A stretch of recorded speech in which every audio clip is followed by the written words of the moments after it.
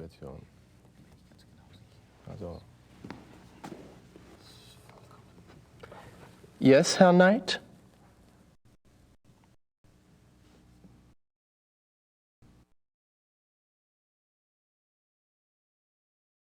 What's new? You're getting annoying, Mr. Knight. I am? Sorry, I thought this was, a social occasion. I'll just go talk to somebody else.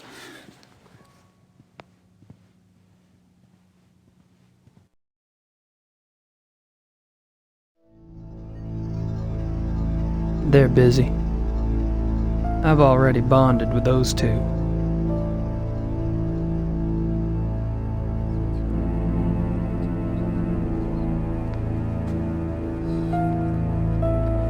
Yes, Herr Knight?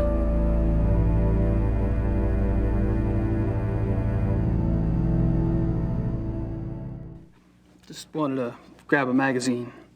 Then grab one.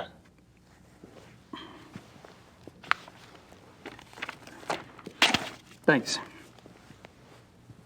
Ich bin sicher, es ist kein Reiter.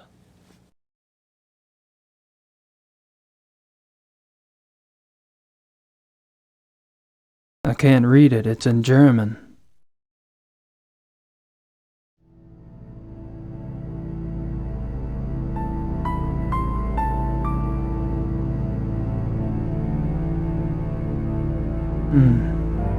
That's a thought.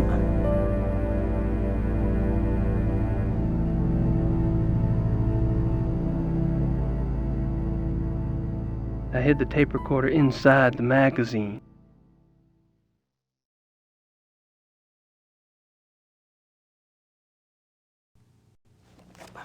Just wanted to put this magazine back.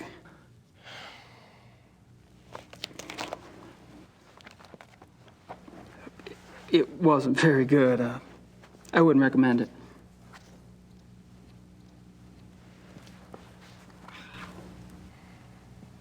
Immer so.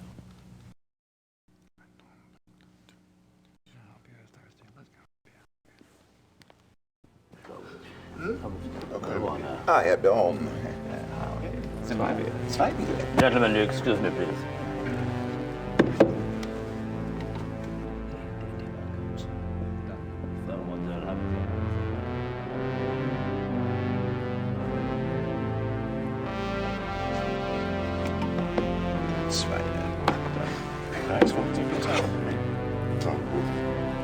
I apologize for not getting to you sooner. Have you been enjoying yourself? Oh, it's been loads of fun. Good. I'm glad you're going with us tomorrow. We don't get started until the afternoon, so won't have to worry about staying up late tonight. I have to warn you, my hunting's kind of rusty. I'm sure you'll do just fine. Was? Mist. I demand to know what you're doing at this club. Me? Baron Bonzel. Really? Are you aware that this guest of yours has been asking intimate questions? Poking around in our personal affairs? He must be a reporter. Or the police. What do we have to fear from a reporter or the police? Although I can promise you, her knight is neither. You don't care that he's prying into our private business? What possible motive could he have? Gar! Please. He's my guest. You're the one who's turning that into an inquisition. Then it is on your head.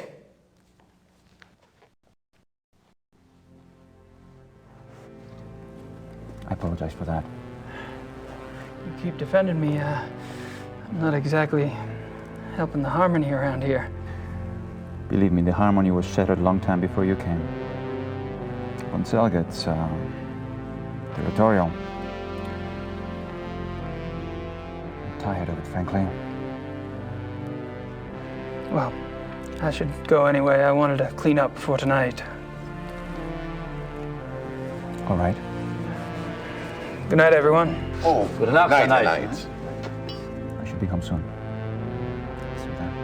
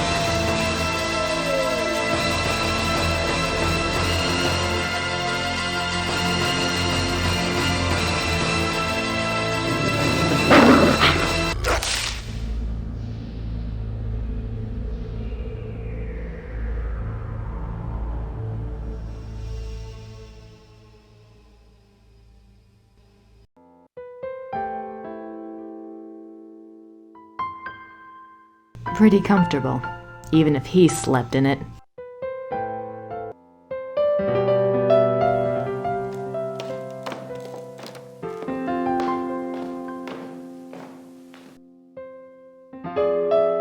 I wonder what Gerda's up to.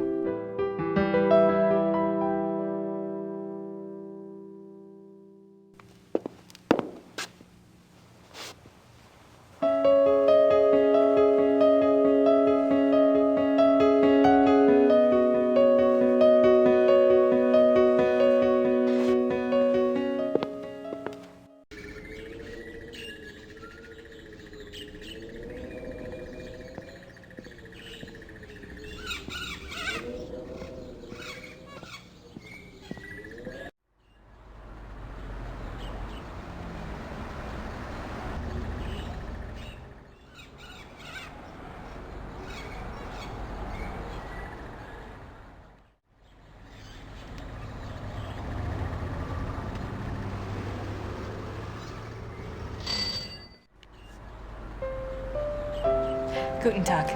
Grüß Gott, Frau Nakimura. Ich habe etwas für Sie.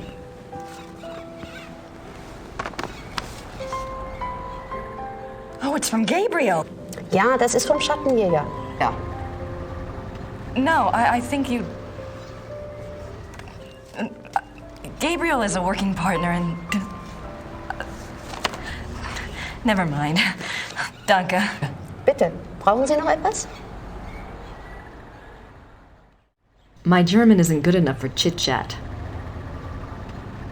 Danke. Bitte.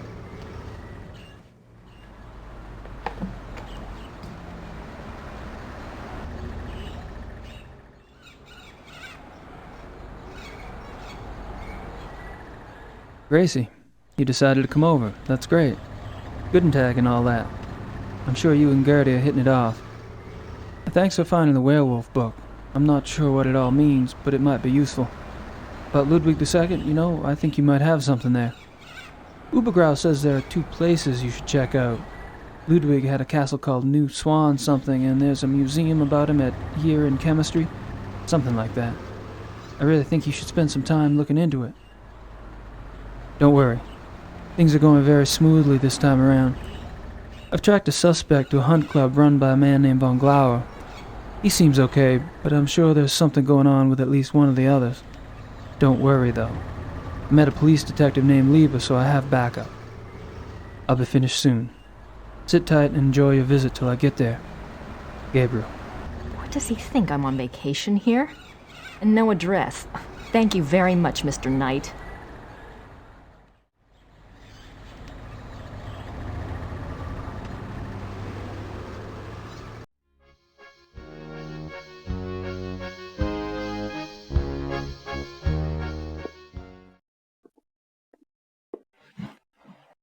Herr Huber? Yes? I was wondering if you've changed your mind about telling me where Gabriel is. It's really important. No. Sorry.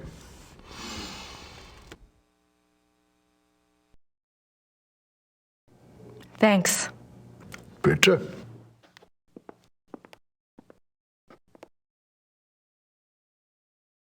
I don't have anything to say to Herr Huber at the moment. Hello there, dear. Hi, I'm Grace Nakamura from the castle. Am I interrupting? Heavens, no. Have a seat, Miss Nakamura. Well, I might. For a moment. Isn't this nice? We just finished our breakfast. Do you want something? No, thanks. Good for you. I can never turn down food myself. Now you just tell us all about it, Sugar Pie.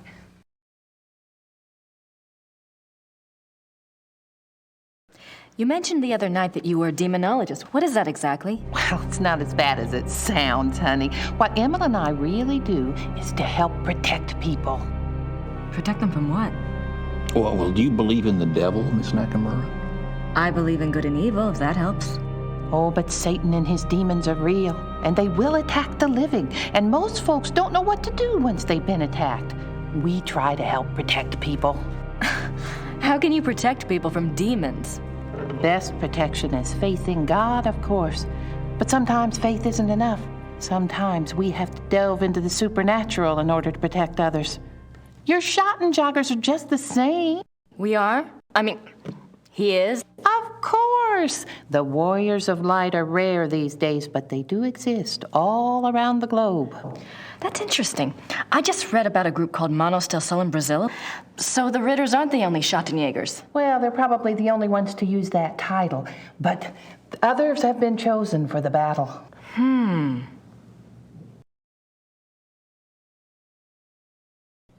Do you know anything about King Ludwig II? Sure, we saw his castles, didn't we, Mother? We sure did. Why do you ask? Well, I found a letter in the Schottenjäger library warning Ludwig about the Black Wolf. Who wrote the letter? One of Gabriel's ancestors, a Schottenjäger. Seems like whoever was using me as a megaphone helped you find that letter. Perhaps you should follow the path something's pointing at. Look into Ludwig. I intend to.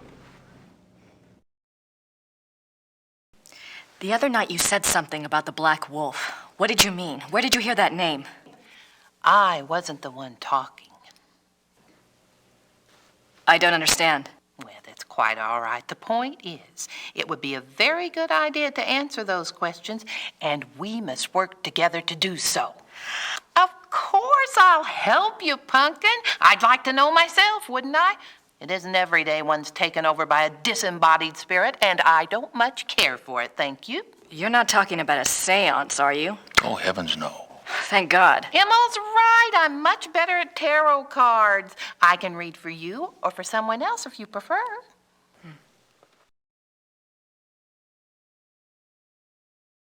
Are you sure you don't know anything about the Black Wolf? I never did, dear. I told you. Really, you mustn't confuse the vessel with the voice. All I remember was seeing a very bright flash like lightning. Next thing I knew, Emma had me outside. Whatever it was very powerful. Very powerful.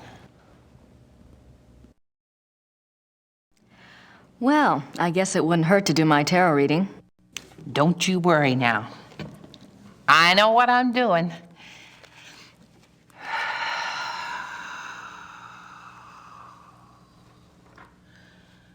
Push your vital energies into the cards.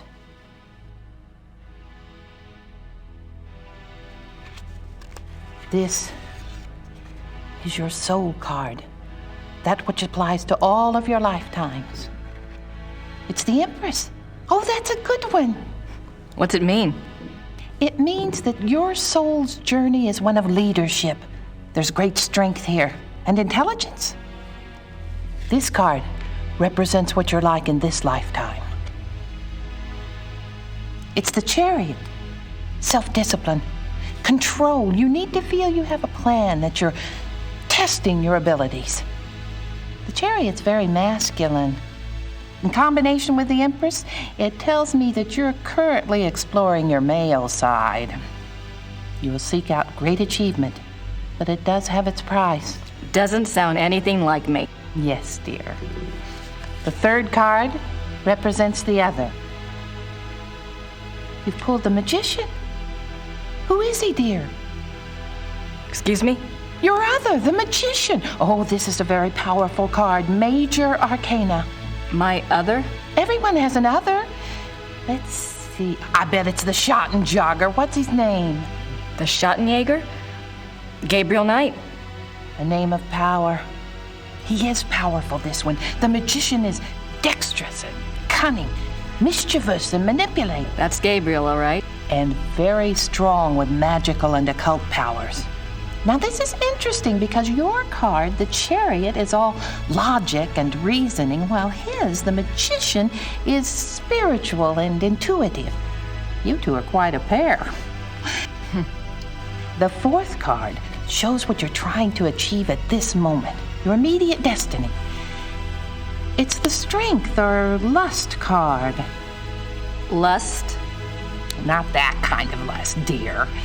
It's a trial card. Finding the strength to continue some difficult journey. It also represents the integration of conflicting energies. That must be your Chariot and his magician energies. Strength also means bonding those energies, loving without judgment, learning to love the beast. Uh-huh. What is this trial, dear? Do you know? Well, Gabriel and I are involved with the case right now. It will be a hard time. You must let your love give you power. Use the positive energy of your union or you may not succeed. I think you have the wrong idea. Gabriel and I just work together. Yes, dear. But if I might just suggest, when you're facing negative forces, the positive energy of love is a very vital weapon. You make yourself vulnerable when you resist your own tools. Well, that's been helpful. I hope so, dear.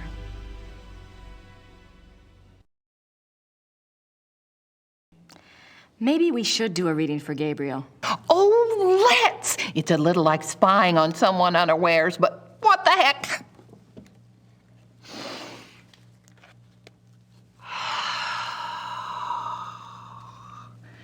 Reach out to the cards and to think about his essence. His soul card is the Magician. Yes, dear, it reflects your other exactly. Well, maybe, but I'd rather hold out for David Copperfield. And his lifetime card? Oh, goodness. The Lovers. You mean the sole purpose of his life is in his pants? Doesn't surprise me. It's not what you think, dear. It's a duality card. As a lifetime card, it refers to Gabriel's own duality. Good versus evil, physical pleasure versus spiritual growth, that kind of thing. His challenge is to integrate the conflicting parts of himself. Until he does, he'll never find peace. And you will find peace when you acknowledge all of him. Find a way to love the worst as you already love the best. You're really reaching. Mother. His other is the High Priestess. Let me guess. That's me, right? No, dear, it's not. The High Priestess represents psychic mysteries, deep wisdom. This is a very different energy from your earthy one. This must be our connection. To the voice, dear! Someone is trying to communicate with Gabriel. This force is represented by the High Priestess. That's not much help. What about the Black Wolf? But it is a help, dear. The High Priestess is a spiritual guide card if ever there was one. The message must have been a warning. If this force is connected to Gabriel, and if he's so very psychic, then why doesn't it just go to him? Why say it to me? Maybe Gabriel's blocked. Maybe he's purposefully blocking. There is that duality business. Let's go on and see if it becomes clear. The fourth card, remember, represents the current situation. It's death. Oh. Nothing to worry about then. Now, you just leave interpretation up to me, Sugar Pie. It's a transformation card, dying to one thing and being born to another. It is painful, but it isn't necessarily bad. 2 of Wands. Oh my. What? A 2 is not good here. Wands is Mars in Aries. That's a war card. In conjunction with the Death card, there are 2 possible transformations. 2 transformations? Yes, dear. Gabriel is waging a spiritual battle. The transformation might be good or evil. That must be the purpose of the High Priestess. She's trying to guide him. So you think he really might be in danger? Oh, yes, dear. Gabriel's very essence is at stake. If he takes the wrong path with his powers, Emma and I will stay in town. You must let me know if anything else happens that we can read for clues. Let the Force use you.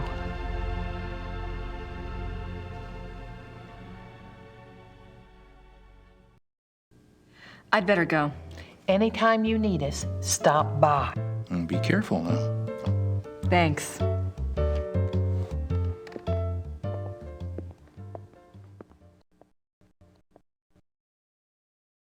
I don't have anything else to say to the Smiths right now.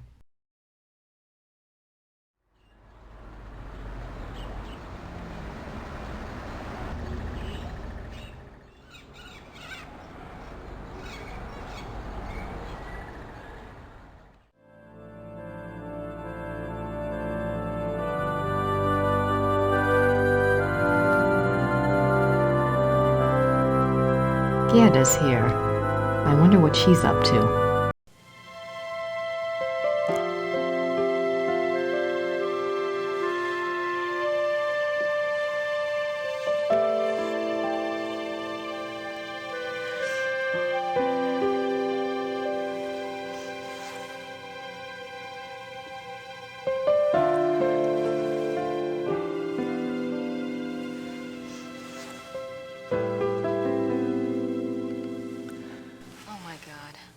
Gerda was in love with Wolfgang.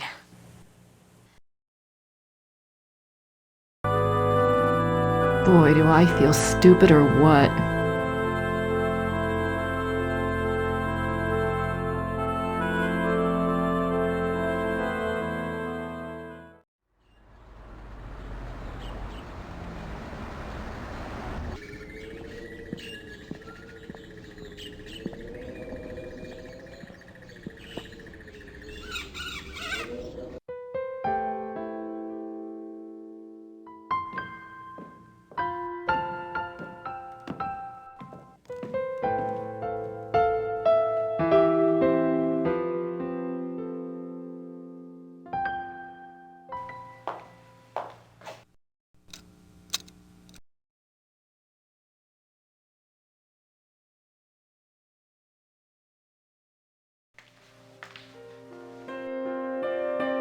I wish I could read these biographies of Ludwig.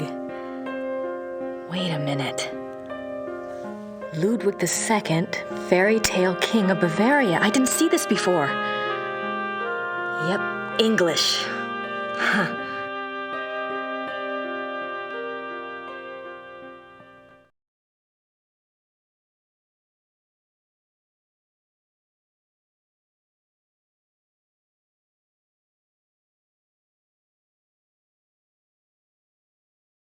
Ludwig remained throughout his life both very bright and very naive.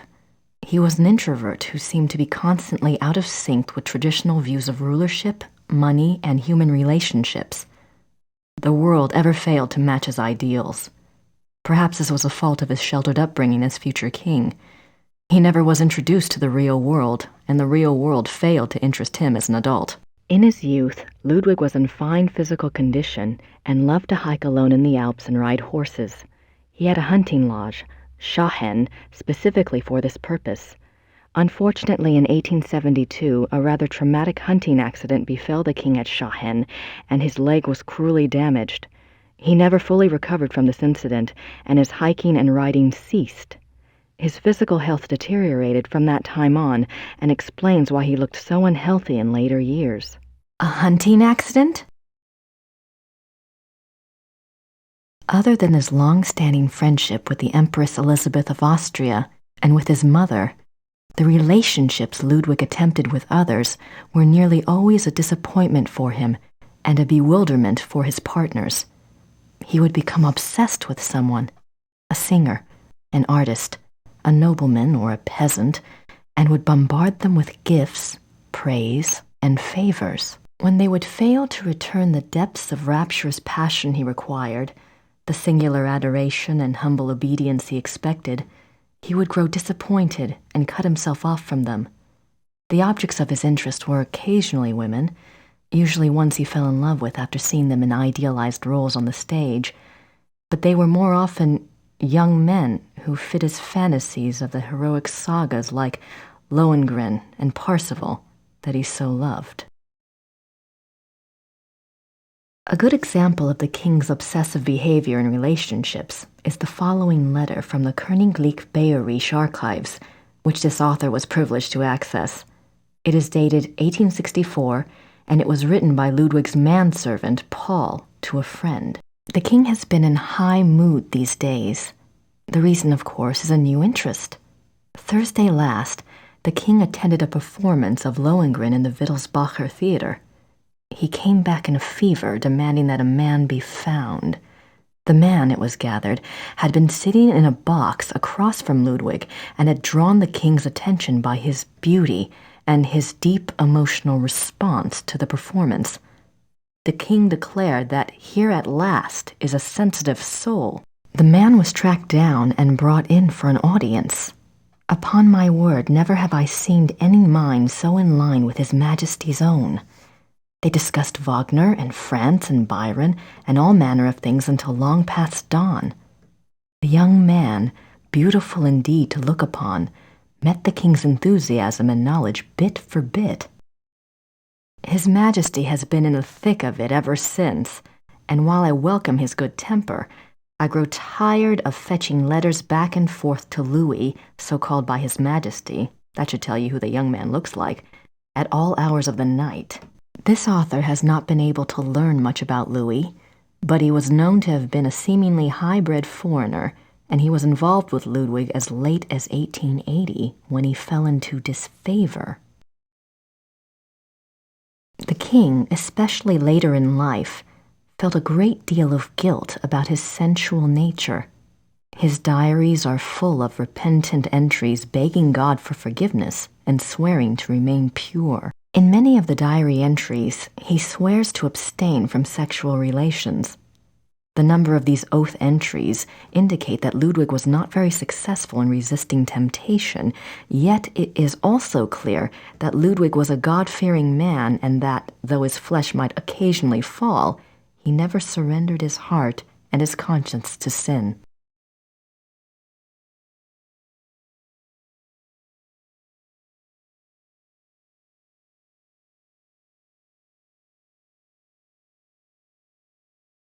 Nothing else I can use in the biography section. There's nothing else on werewolves in the occult section. I'm not sure what other case books would be relevant.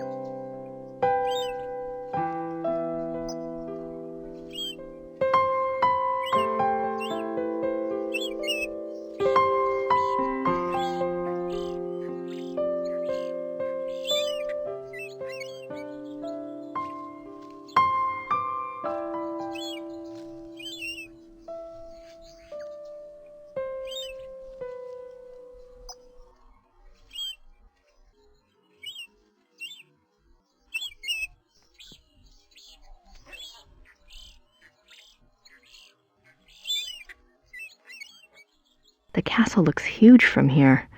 They've got more rooms left to restore than I thought.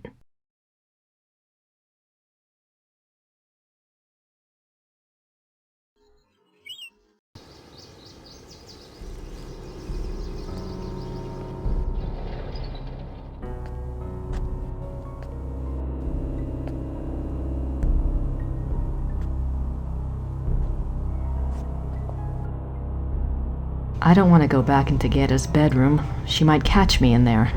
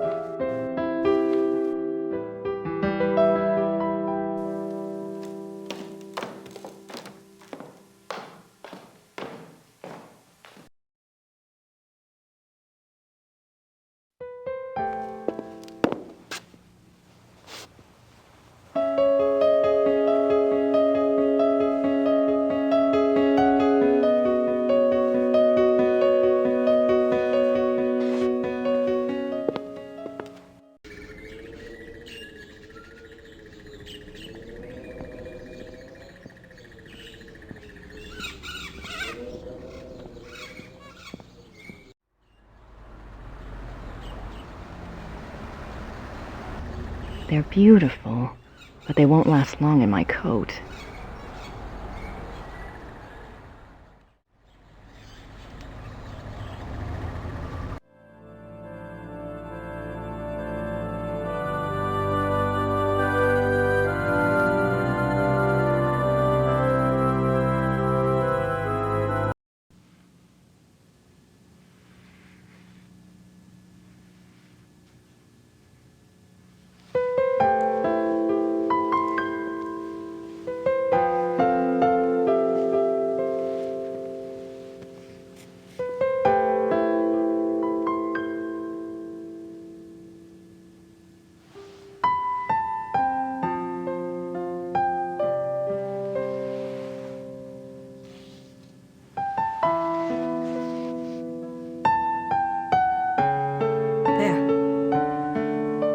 That's better, don't you think?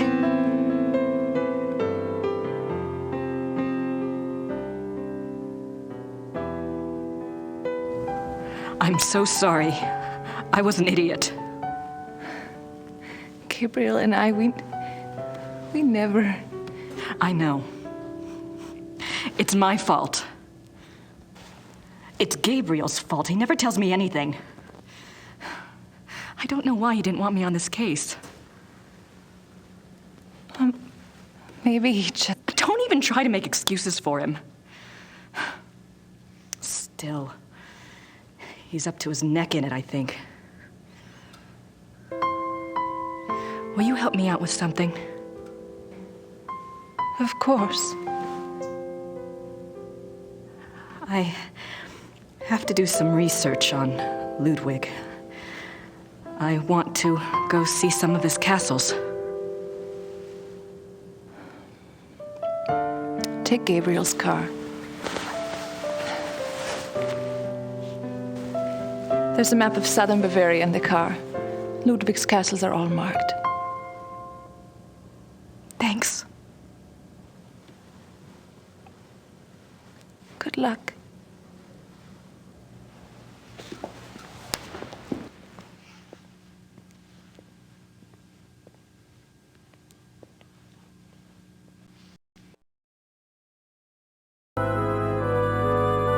I think she wants to be left alone. Grace Nakamura.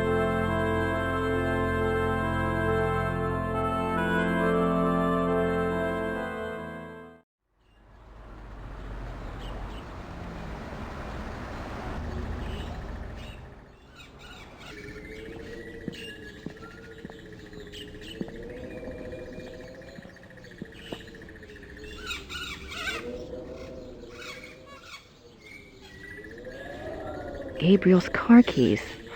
He'd have a fit if he knew I had them.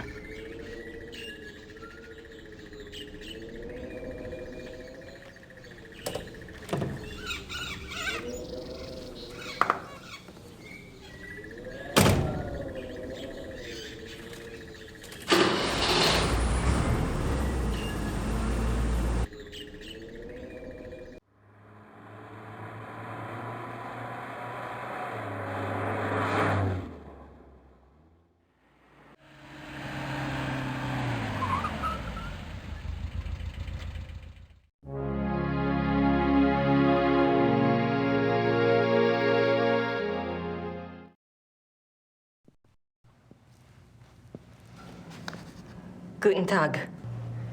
Guten Tag.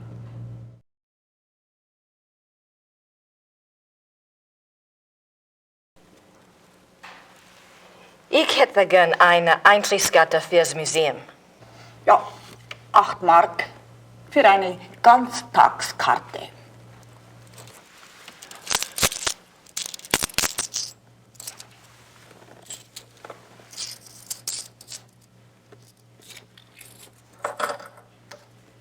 So. Danke. Bitte.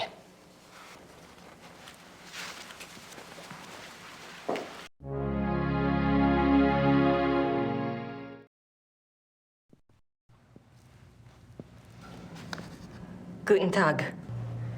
Guten Tag.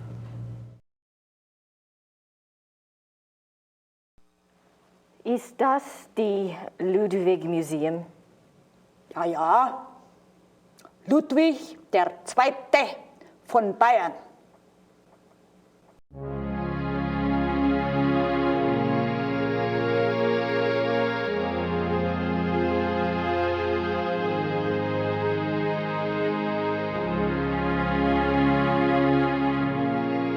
July 3rd, 1863. Elizabeth, you can have no idea, dear cousin, how happy you made me. The hours recently passed with you in the railway carriage I consider among the happiest in my life.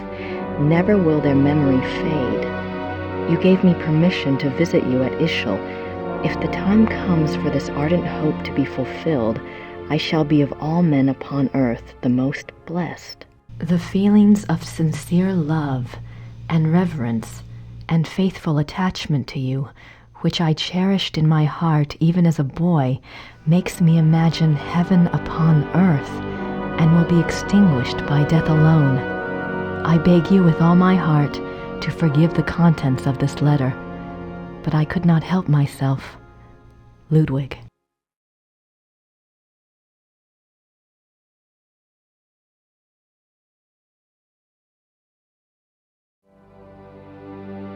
Elizabeth frequently gave Ludwig advice on royal conduct, hoping to protect him from unfavorable public opinion. March 1st, 1865. My dearest Eagle, you have not written me in a few months. I have missed you. I often try to imagine what you are doing. I hear tales that you have been on retreat and have not been seen in Munich for some time. I suspect it is this new friend you wrote up so mysteriously that takes you away from home.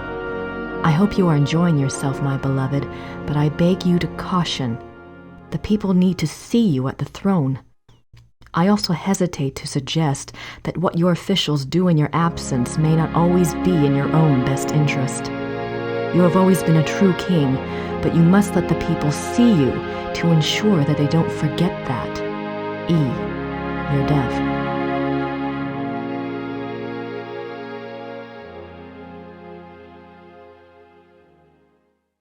Ludwig's friends were concerned for his mental state long before his arrest. June 14th, 1878. My beloved Eagle, in your last letter you spoke so movingly of your torment that I was moved to tears. What is this torment? Why won't you confess to me what is truly troubling you? You must know that I would never despise you, no matter how horrible you believe your sins to be. Please do not write such barbs to my heart by even suggesting such things. If you do not wish to confess to me, at least tell me how I can aid you. I am always your true one, your dove.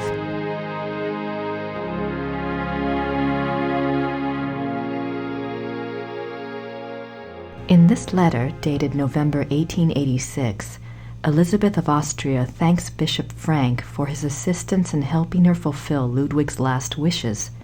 She writes that she knows it was an unusual request, but she believes Ludwig had reasons of his own for wishing it to be done. She hopes that his spirit finds peace at last. No further reference to this letter has ever been found.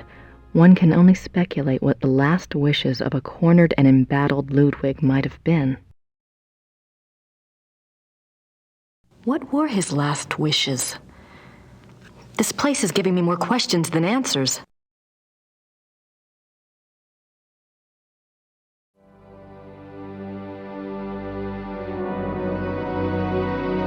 They certainly make an incredible looking couple.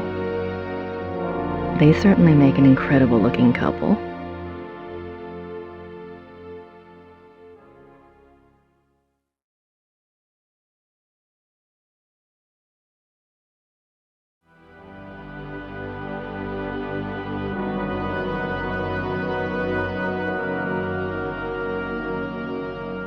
Elizabeth of Austria. One of Ludwig's few close friends was Empress Elizabeth of Austria.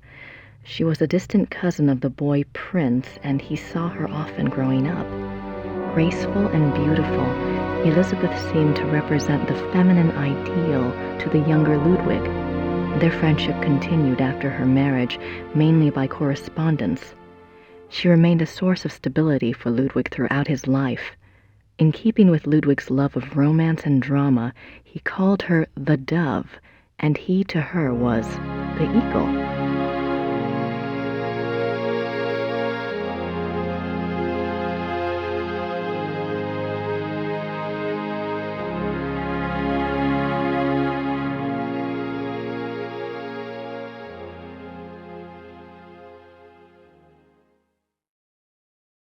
June 7th, 1886. A group of men arrive at Neuschwanstein Castle, demanding to take the king in custody. With them is Dr. Guden, the doctor who had been in charge of Otto, the king's mentally ill brother. The men have an order for the king's arrest on the grounds of insanity.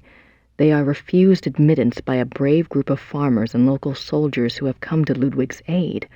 They are forced to retreat to nearby Hohenschwangau. This is the first Ludwig hears of the conspiracy. Ludwig composes a pamphlet explaining the subversive acts of the conspirators and eloquently pleading with his people for aid. The pamphlet is smuggled out of Neuschwanstein and printed, but the pamphlets are seized before they can be distributed. June 12, 1886. Ludwig knows the conspirators will return. He despairs. He asks his servant for the keys to the tower. The servant, fearing the king intends suicide, says the key is lost. Unbeknownst to Ludwig, the conspirators arrive at the castle. This time, there is no one to stop them. Ludwig is lured from his bedroom to the entry hall of Neuschwanstein on pretense. There, he is taken into custody. Ludwig is taken by carriage from Neuschwanstein to Berg, where his brother Otto had long been imprisoned. This is a great blow to the king's state of mind. While on the way, the group stops at Seeshaupt to change horses. Ludwig asks to see the postmistress, Frau Vogel. She brings him a glass of water and he says something to her. She never reveals these last words to anyone.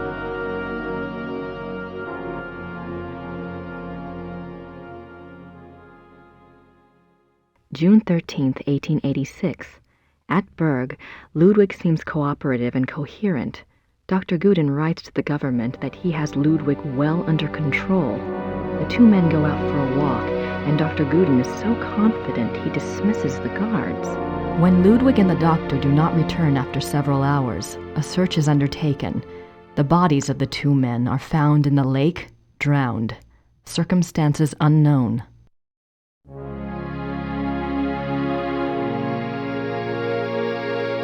June 18th, 1886.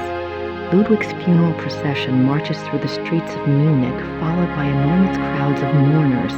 The service is held at a packed St. Michael's church. Lightning strikes the church during the service, but no one is harmed. Ludwig's body is entombed in the Wittelsbach crypt at St. Michael's. His heart is placed in an urn in the pilgrimage chapel at Altötting in the Wittelsbach tradition. The urn is shown to the right. His heart is in an urn. How bizarre.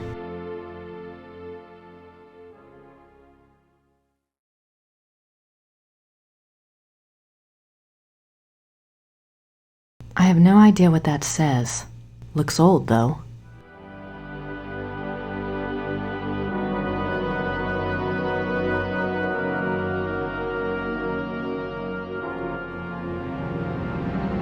Oh my God. That's the slave for my dream. Maybe Mrs. Smith will know what my dream meant. I have to ask someone. This thing is getting too weird. Ludwig embarking on his sleigh. The midnight sleigh rides. Ludwig went on long sleigh rides in the middle of the night, particularly in his later years. It is said that he suffered from insomnia, headaches, and toothaches, and the rides soothed his restlessness. The sight of the king's grand sleigh speeding through the countryside of the Alps often startled the peasants and became a superstitious omen of ill fortune. I can see why. But what was he doing out there at night?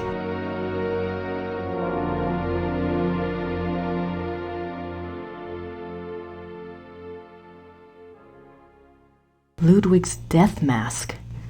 Wow.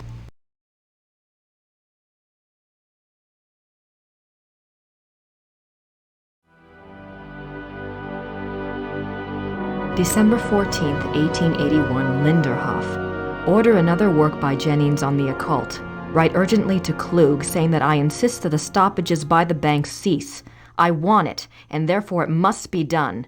Write very urgently. He must succeed at once and then must report to me urgently. If I give orders to clear my room, doing so must not be postponed as it happened. Pencils must be pointed without special orders.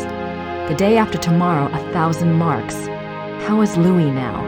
I want to know whether he looks unhappy. How often have I said that the coffee must not come up boiling hot, so that it can only be drunk after standing an hour? If any more correspondence come from Louis, they are to be burnt immediately, but I am to be informed of their arrival.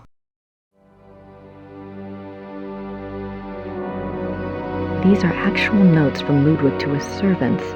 They go far in showing the king's state of mind. They were smuggled out and used as evidence in compiling the order for Ludwig's arrest.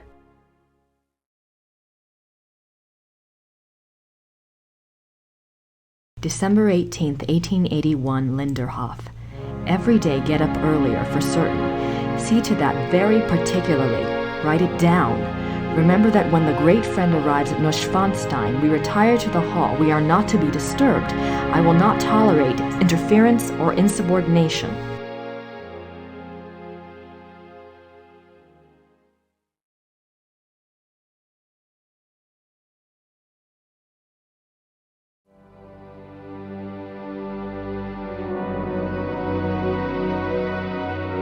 Ludwig is Prince Charming.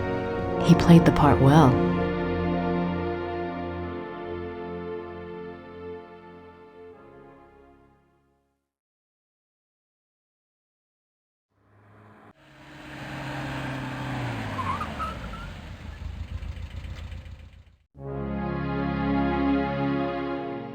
I don't have anything to say to her at the moment.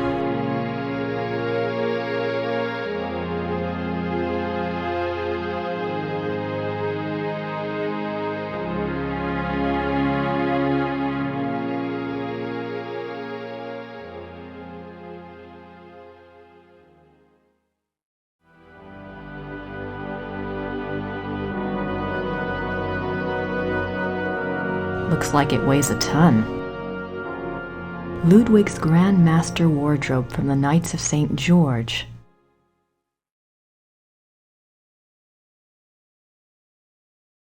He looks so regal. Why would he give up all of this pageantry and become a recluse? Ludwig, Grand Master of the Knights of St. George. There's gotta be a connection between all this St. George stuff and Gabriel. Ludwig is Grand Master of the Knights of St. George. The Knights of St. George was an aristocratic society dedicated to the acts of chivalry. Ludwig loved the medieval pageantry of the order in his early years, before his increasing reclusiveness drove him to abandon public appearances.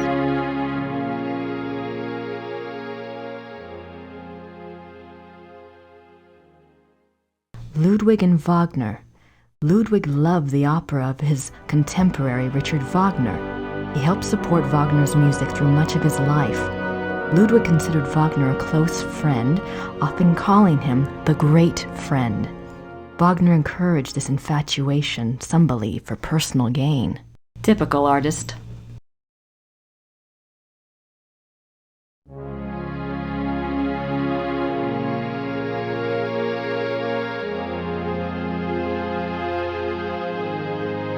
signets and sash pins from the Order of the Knights of St. George. These were worn on Ludwig's uniform, as befitted his rank of Grand Master. They are now the property of the Bavarian Crown Treasury.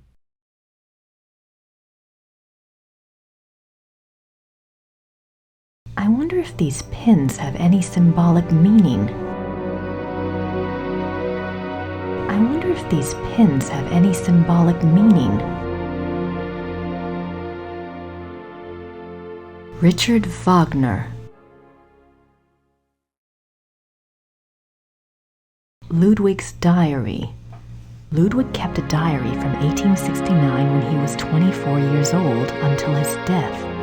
The diary provides a fascinating look into the mind of this tormented man. The original diary is kept in the Royal Archives.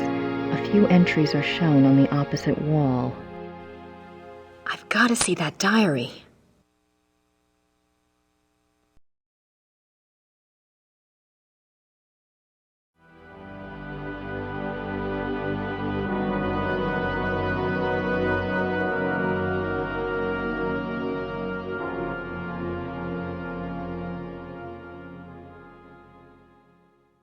Even after Wagner's death, Ludwig still showed signs of obsession with the composer. This letter, written in 1882 by Ludwig to the conductor of the Munich Opera, instructs the conductor to make preparations for a new Wagner opera. The conductor went to see the king as instructed. When he arrived, Ludwig was ill and refused to see him. Nothing further was ever heard of this mysterious new opera. Was it a figment of an ill man's desperate wishes?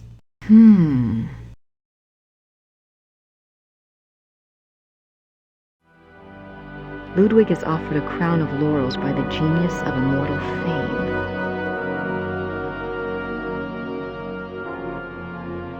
Ludwig is offered a crown of laurels by the genius of immortal fame. 26 July, 1874. By the power of the lily, we shall have the strength to resist all temptations throughout the whole year.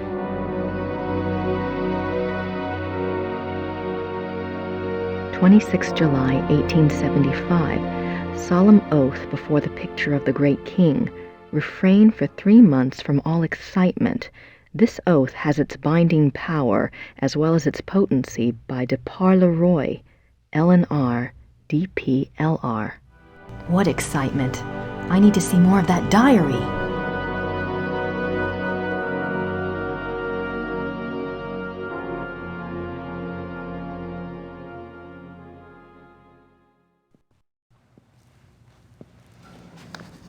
Guten Tag. Guten Tag.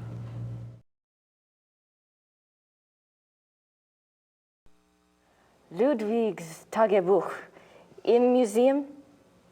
Ja. Wo kann ich Ludwigs Tagebuch hier anschauen? Die Tagebücher sind ganz persönlich.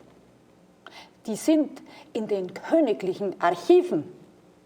Niemand darf die lesen. Aber nein, niemand darf die lesen. Danke.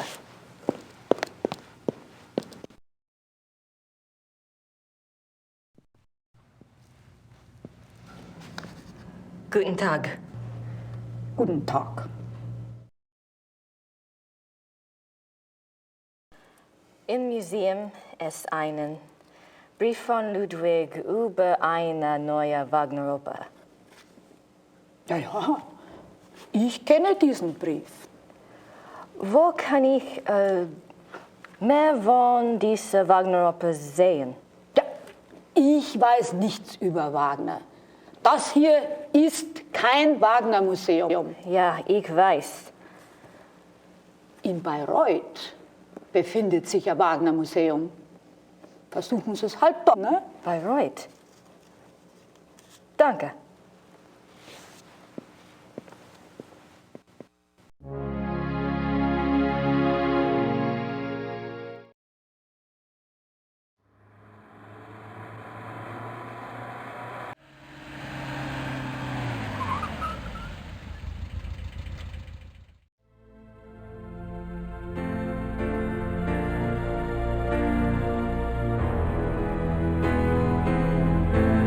These scenes seem to tell a story, but I have no idea what story. Our tour begins in the entry hall. Ludwig II lived from 1845 to 1886. He assumed the Bavarian throne at the age of 18 when his father died. Ludwig's passion was building castles. He built 3 during his lifetime: Linderhof, Herrenchiemsee, and Neuschwanstein. Plans for a 4th castle, Falkenstein, were underway when he died. In addition to his obsession with building, Ludwig also had a passion for classical heroic German mythology, a taste he shared with the German opera composer Richard Wagner. Neuschwanstein is decorated throughout with themes from these stories, most of which directly relate to Wagner's operas.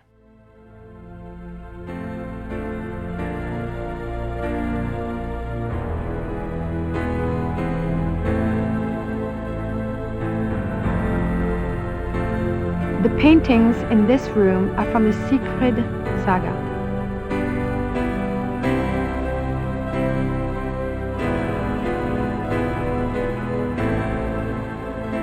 I wonder where that door leads.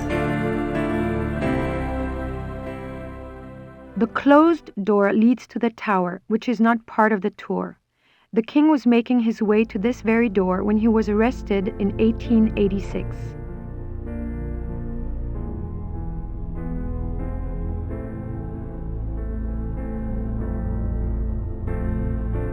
You are now standing in the king's bedroom. The theme of the bedroom is Tristan and Isolde, a tragic love story retold in Wagner's opera. The opera was given its first performance in Munich in 1865, and a 20-year-old Ludwig attended. This is probably the most elaborate and expensive bedroom ever created. It took 14 woodcarvers 4.5 years to create this room. It was this kind of extravagance that bankrupted the king. In the years before his death, he found it increasingly difficult to find money from any source.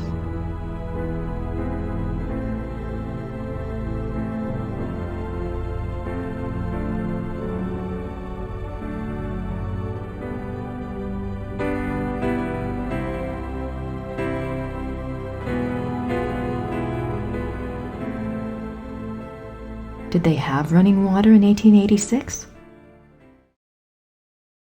The richly carved bed, with its canopy, resembles a Gothic building and its turrets. The bed's draperies were handmade by dozens of Bavarian seamstresses.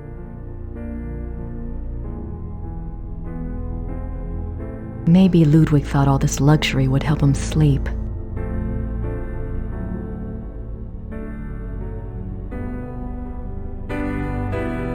Maybe Ludwig thought all this luxury would help him sleep.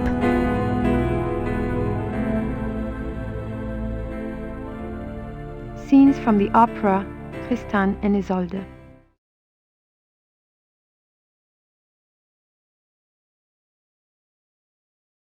Scenes from the opera Tristan and Isolde.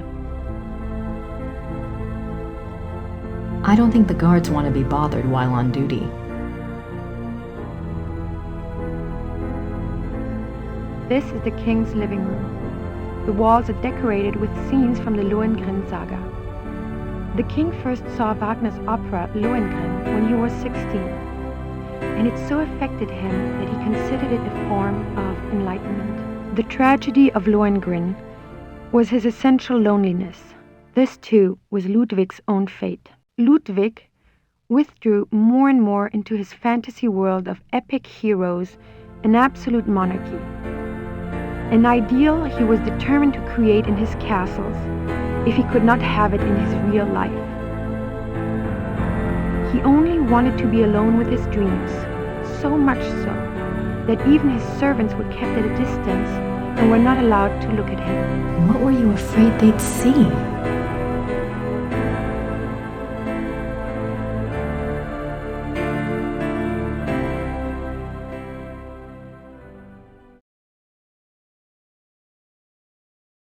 The Miracle of the Grail. These linens look seriously expensive and seriously old.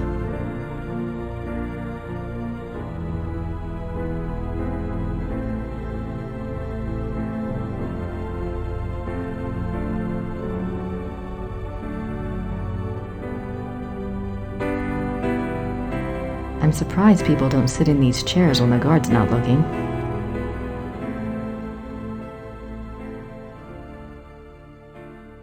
This is Ludwig's private chapel.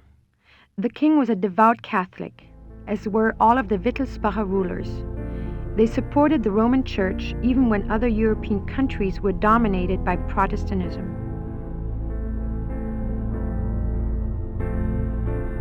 It's a beautiful crucifix, ivory and gold.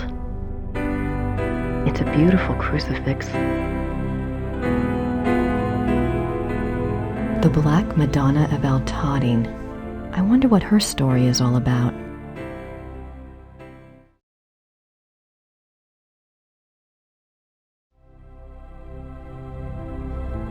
The stained glass window depicts St. Louis receiving the last sacraments.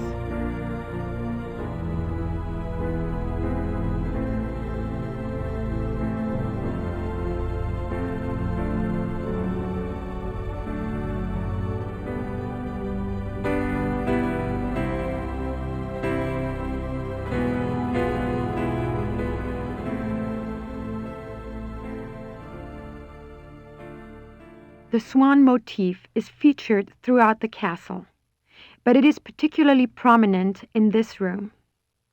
Both the swan and the lily were symbols Ludwig associated with himself. They represented his ideals of majesty and purity. The painting behind the swan shows Lohengrin's arrival. More swans.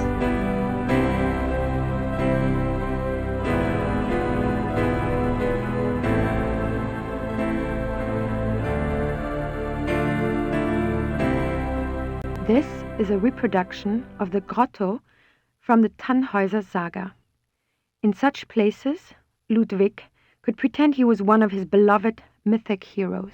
As the grotto personifies, the castles were solitary playgrounds built for Ludwig alone. He believed the masses were too coarse to appreciate fine art, and he seldom entertained guests. In fact, Ludwig had a standing order that upon his death, the castles were to be destroyed. Fortunately, the estate was in such debt that the castles were opened for paying tours only weeks after Ludwig's death. They haven't closed since. It is one of the great ironies of Ludwig's story that the castles that he was thought insane for building are now considered Bavaria's finest treasures. They have paid for their construction many times over.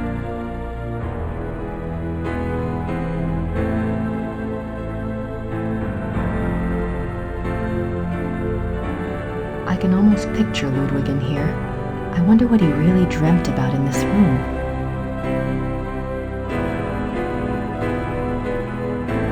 This is the king's study. Ludwig spent much time at his desk writing letters, drawing up plans for his projects, and studying his favorite authors. He loved poetry, history, and the classics. In later years, he also studied the occult. What affairs of state he did reluctantly attend to were generally attended to alone at his desk in writing. His reluctance to meet with his heads of state and perform the duties of the king were one of the reasons for the charges brought against him in 1886. But Ludwig dreamt of true kingship and a true monarchy, and the small powers left to him after Bavaria succeeded power to Prussia only incited his disdain and frustration.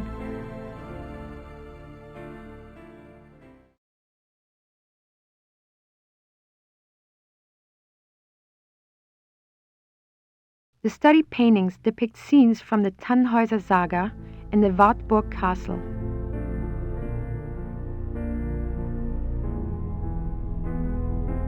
The study paintings depict scenes from the Tannhäuser saga and the Wartburg castle.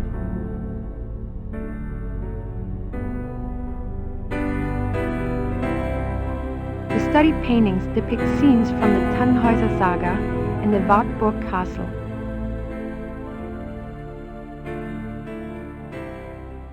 I doubt there's anything left in there now. Besides, the guard would kill me if I touched it. I wonder why he was studying the occult before he died. I wonder why he was studying the occult before he died.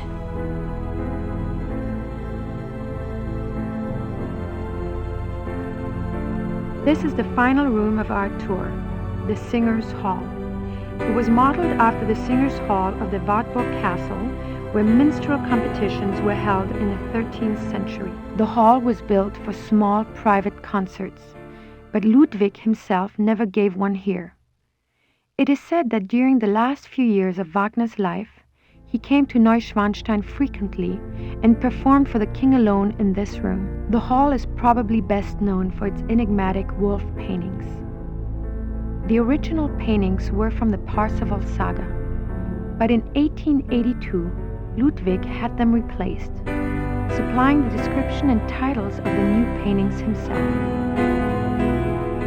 While all the other rooms in the castle show scenes from Wagner's operas, the scenes in this room are not from any opera that anyone can identify.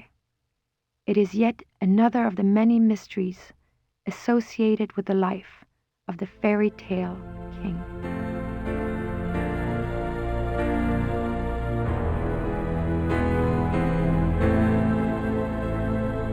The hunters track down Engelhard and Hildegunde.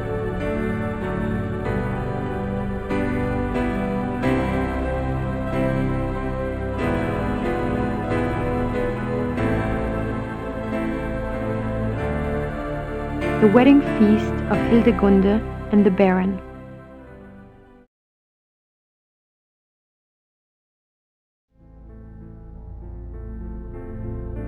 The death of Engelhard.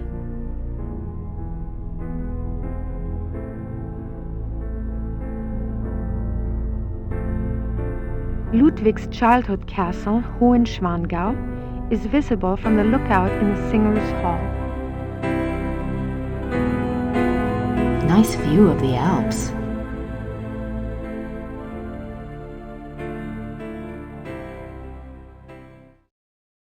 Hildegunde's imprisonment.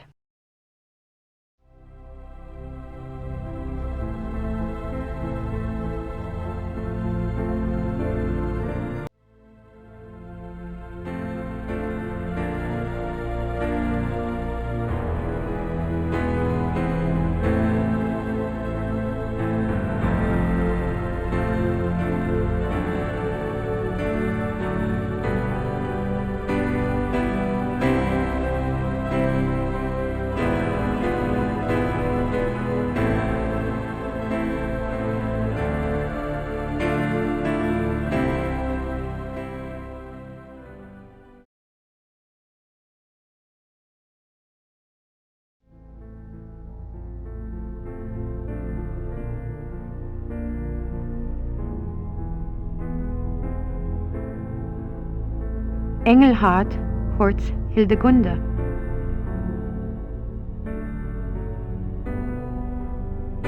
Engelhard and the blacksmith.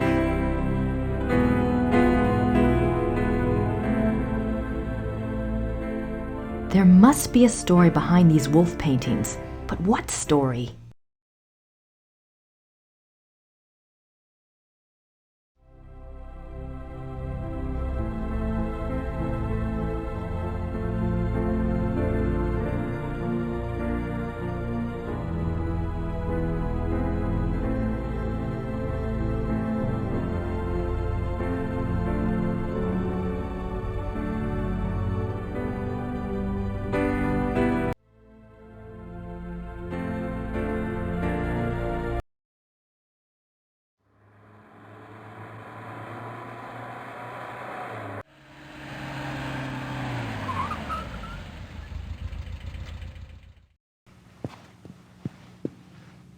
Grüß Gott.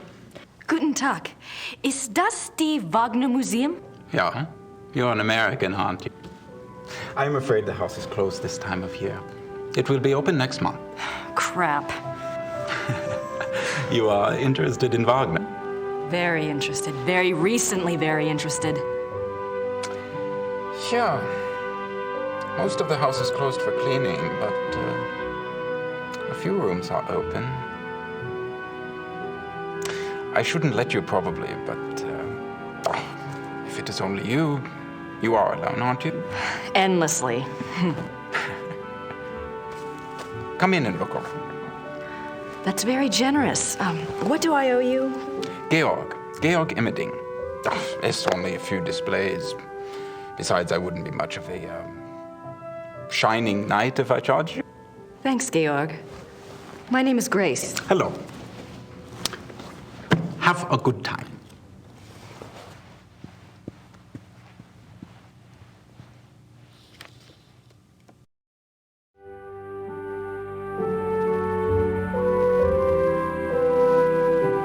Wagner's piano.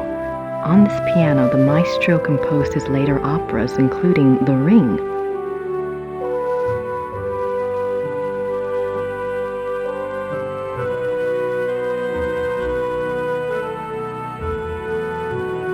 Franz Liszt, composer and Cosima Wagner's father.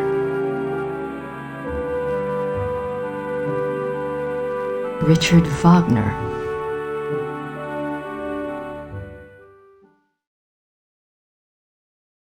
This must be a model of Wagner's own theater, here in Bayreuth. This must be a model of Wagner's own theater, here in Bayreuth.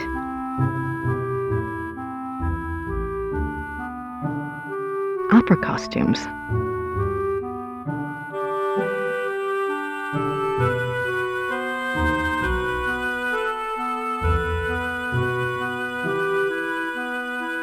These look like production designs.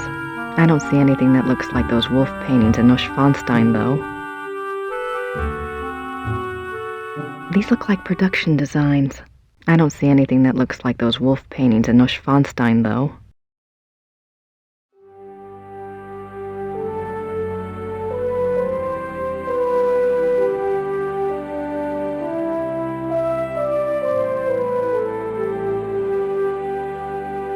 The great patron himself.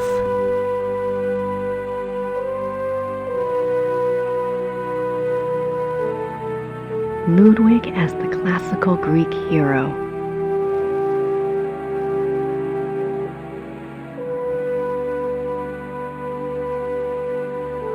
A portrait given as a gift from Ludwig to Wagner.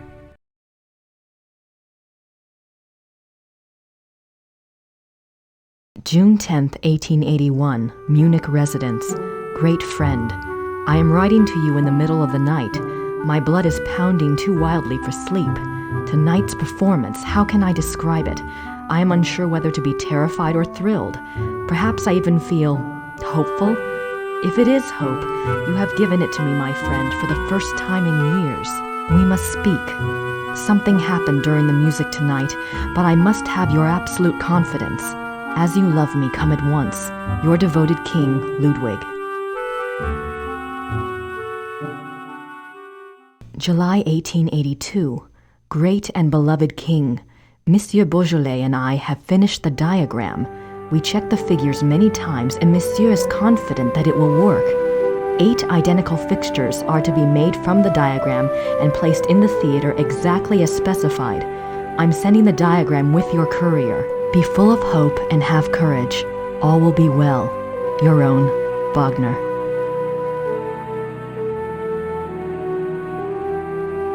Ludwig's death mask.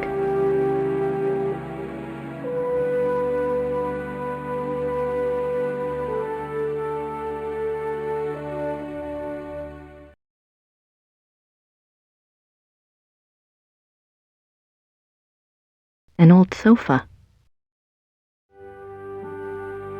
The Death of Wagner. On Ash Wednesday, 1883, Wagner suffered a heart attack in a Venetian gondola on the way to Saint Michel. His wife and the gondolier carried him into a church where he regained consciousness. Wagner died 4 days later on this sofa.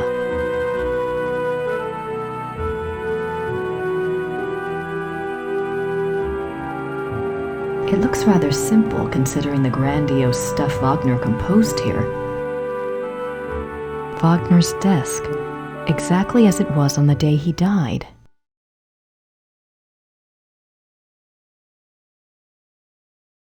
It looks like an architectural drawing of a theater, the Wittelsbacher Theater, München. Every square inch is measured. It's a letter from a Monsieur Beaujolais, dated September 1881. Looks like he's discussing acoustics and sound waves, and crystals. Wasn't Wagner's Bayreuth Theater already built? Why would Wagner be worrying about acoustics?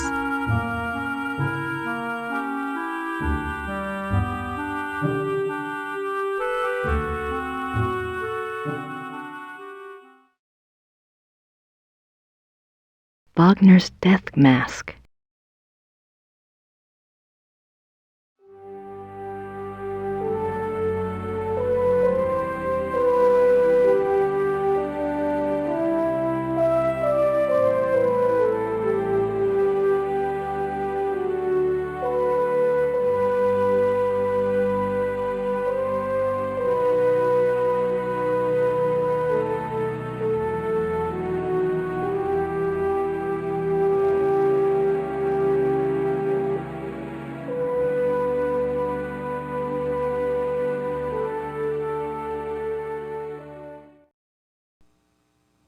What are you doing here if the museum is closed?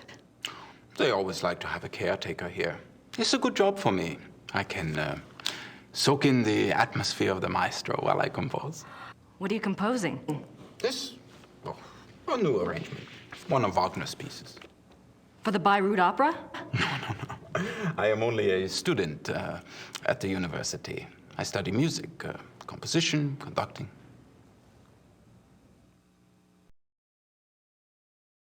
Is there much of a call for conductors in Europe? Ask my brother. He is the conductor for the Munich Opera. Well, that's convenient. Does that mean you get free opera tickets? Yes. I get a week's pass to the Opernfestspiele, the opera festival in Munich. It starts in a few months. Hope I'm still around to see it. Come with me if you like. If you're still around, I can go backstage and all sorts of things. I'd love that. If I'm still in Germany, I'll call you, all right? Yeah, good.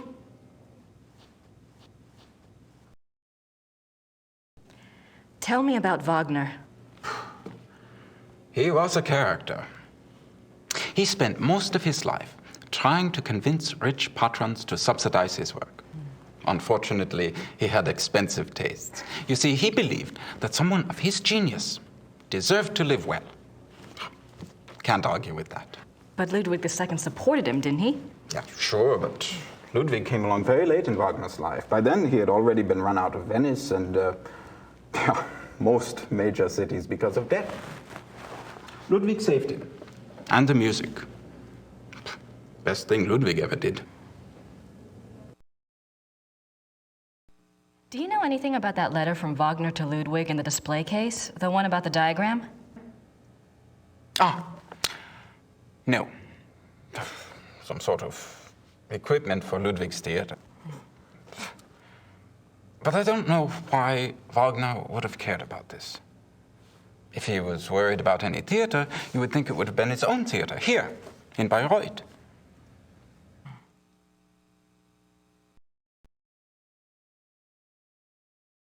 Have you ever heard about the letter that Ludwig wrote to the Munich conductor in 1882 telling him to prepare for a new Wagner opera?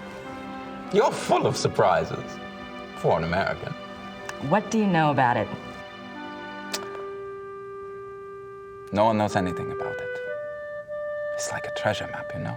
It's probably a complete fairy tale, but it does make you wonder.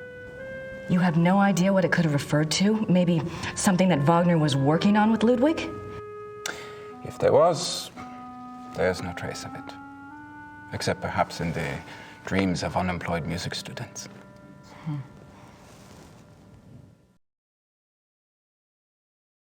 Have you ever heard about the wolf panels in the Singers' Hall at Neuschwanstein?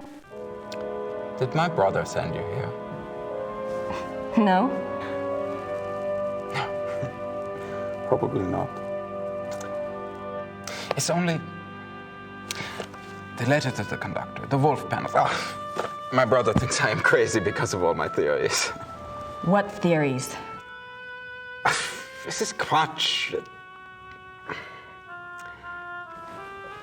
If there was a lost opera, a lost Wagner opera, and if one could find it, to a conductor, this would be like finding King Tut's tomb. But people have looked for it before. If it ever existed, it is gone forever. My brother says I waste my time even thinking about it.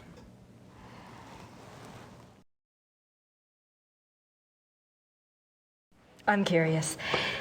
Is there any other information that points to the lost opera besides Ludwig's letter and the wolf panels?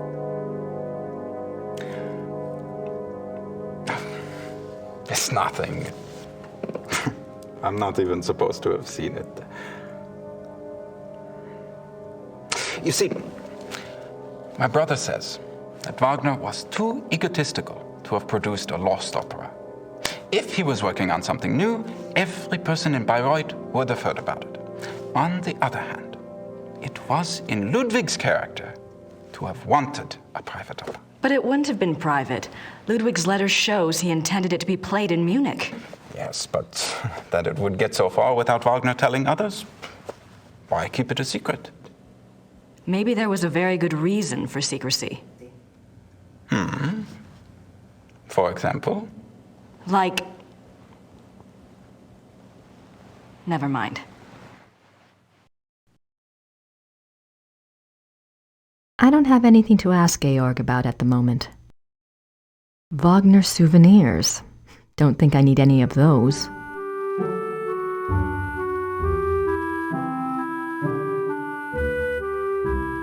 What's that book in the case? Cosima Wagner's journal is locked up for preservation.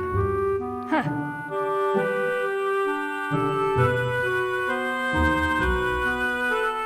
I don't have anything to ask Georg about at the moment. Wagner souvenirs.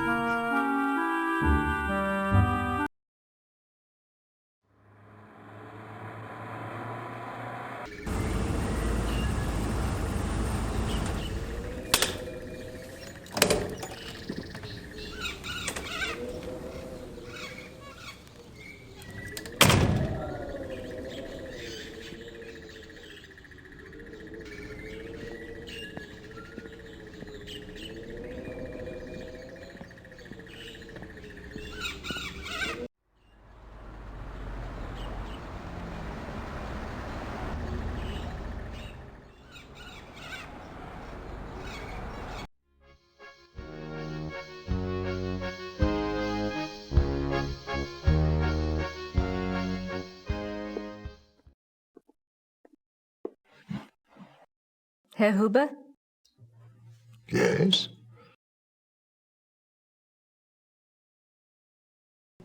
Are the Smiths in their room?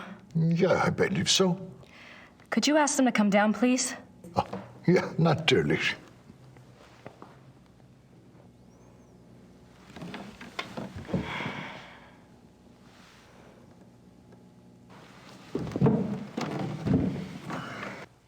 Now you just tell Merle what's going on.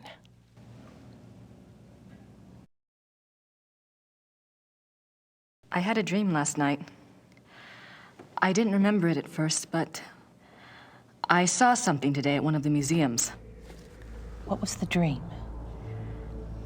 I was being chased in the woods by wolves. And I saw a sleigh. Ludwig was inside. He pulled me up, and I thought I was safe. But then he turned into a wolf. So what do you think, Mother? A dream of rescue is a spiritual guide dream. The High Priestess and Gabriel's cards must be linked to Ludwig somehow. What do the wolves represent? I'm a psychic, dear, not Freud. But the warning I got was about the black wolf, wasn't it? And the wolves in the dream. It must be the same danger. It's so frustrating. The more I find out, the more questions I have. Why don't you try a little communicating of your own? Ludwig's the link. Appeal to him. The answers may not come right away, but at least you'll give the guide something specific to say the next time she contacts you. Isn't there any way that you could, do a psychic reading on Ludwig or something? To tell you the truth, I've been trying all day to make contact, but I only feel great despair. Ludwig's soul is not at peace.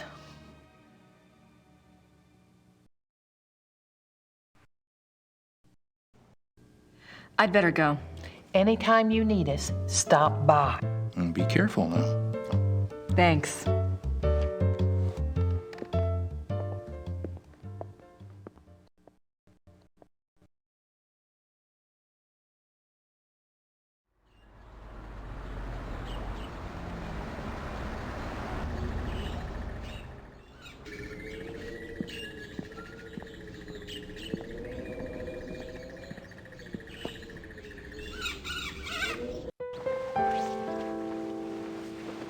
Hi, did you have a good time? Uh-huh.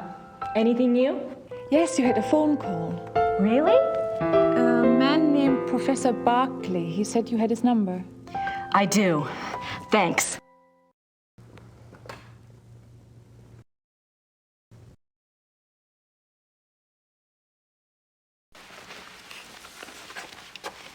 Gerda? Yes?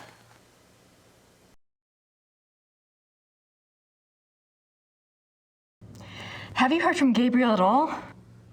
No, Grace, I'm sorry. Never mind.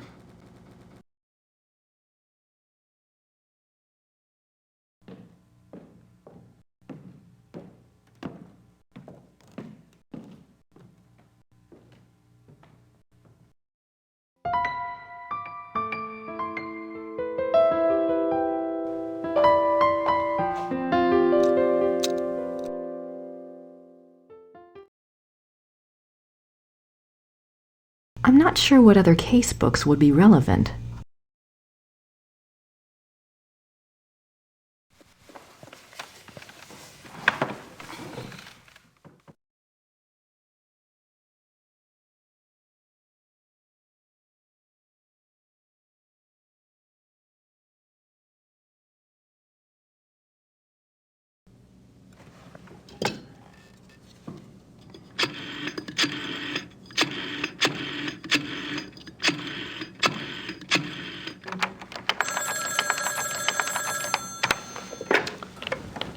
Hello? Hi, Professor Barclay. It's Grace.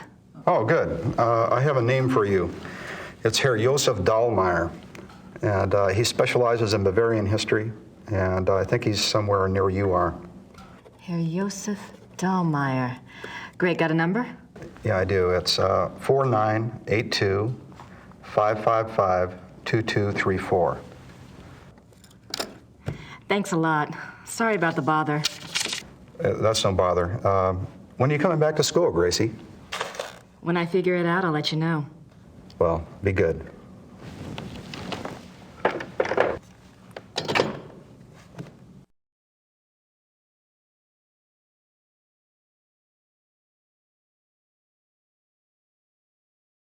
A ticket to the Ludwig Museum.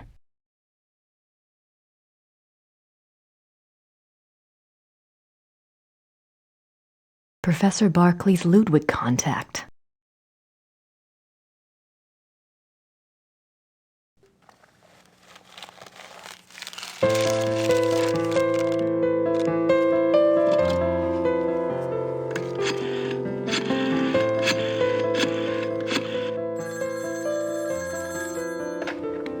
Hallo? Hallo, sind Sie Herr Josef Dahlmeier? Yeah, you must be Grace Nakamura, the American history student. Yes. I hear you're interested in Ludwig II. Very. Good. There's something I want to show you. Drive to Berg on Starnberger See. Meet me at the Memorial Chapel. All right. Thank you. Oh, wait. Was there anything you wanted me to look into before we meet? Well, I was hoping you knew something about someone called the Black Wolf. He was a contemporary of Ludwig's. He lived in Prussia, I think, and he was well connected. Never heard of him, but I'll check. See you there. Thanks. Bye.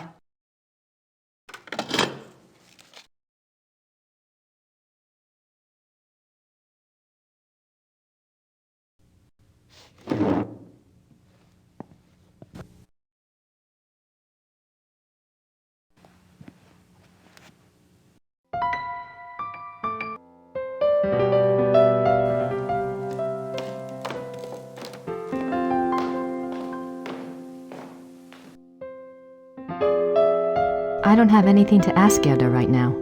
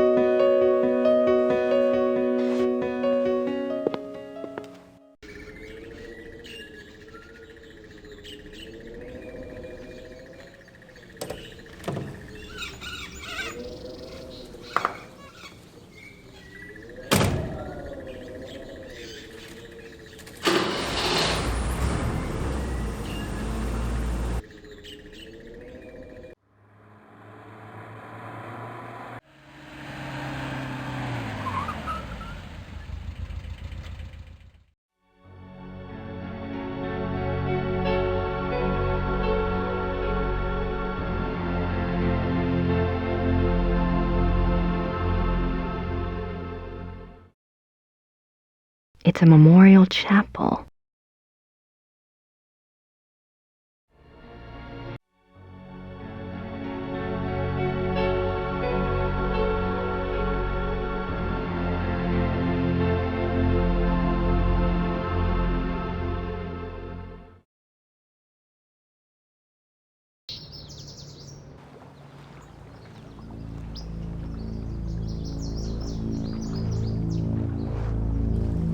This is where he died. You must be Grace. Herr Dahlmeier. Hello. Josef. I didn't mean to startle you. I wanted you to see it. I feel him here the most, you know, more than at the castle. So, what did you want to know?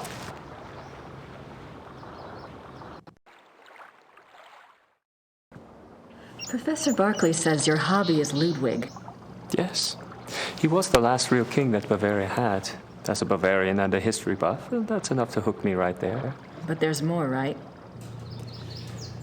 He was a romantic, you know. A dreamer. And he was misunderstood, maligned. Sounds like you can relate. Me? Hell, I have it easy. At least I live in the 1990s. And not every eye in the country is on me. But yes, I can relate.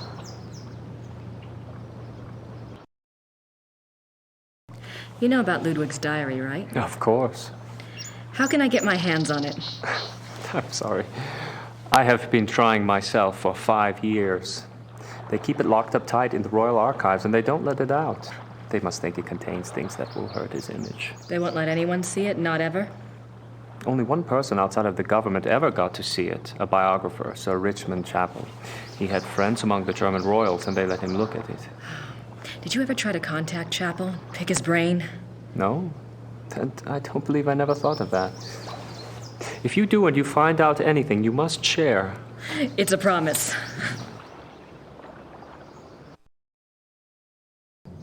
Tell me about Ludwig. I don't know where to start. There's so much. Politically, the most significant thing about Ludwig II was that he signed over independent Bavarian statehood to Prussia in 1870. Bavaria became a part of United Germany, and Ludwig became a figurehead prince under the Prussian Kaiser. Why do you think he did that? Bavaria had been involved in the 100 Years' War. People were tired of fighting. Prussia's push to unite the German states made some amount of sense. Still, Ludwig must have had other options. At the very least, he should have negotiated better terms. So what was the real reason? He was manipulated by Bismarck. At least that's what I think, anyway.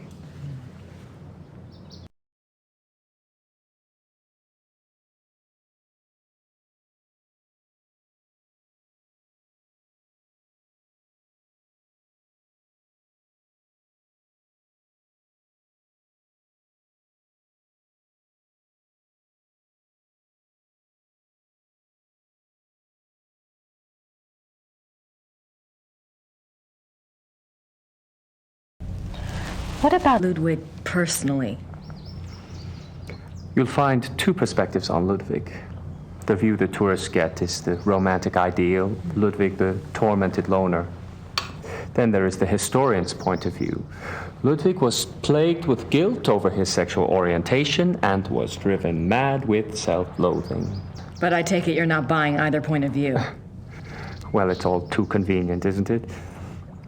That he was a devout Catholic, there is no question, and I'm sure there were pressures on him to be normal. But he was no prude. He loved Byron. Yes. Philosophy, the French court. If anything, Ludwig was too much an egomaniac. He didn't give a damn what anyone thought. And besides, he didn't try to hide any of his relationships. If he suffered from anything in his romantic life, it was disillusionment. No one loved him back as purely as he himself loved.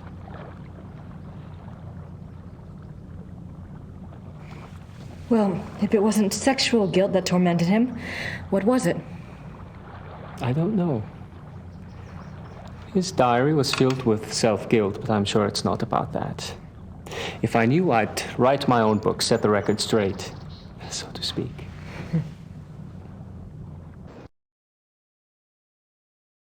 Have you read anything about Ludwig's midnight sleigh rides? Oh, would that have been something?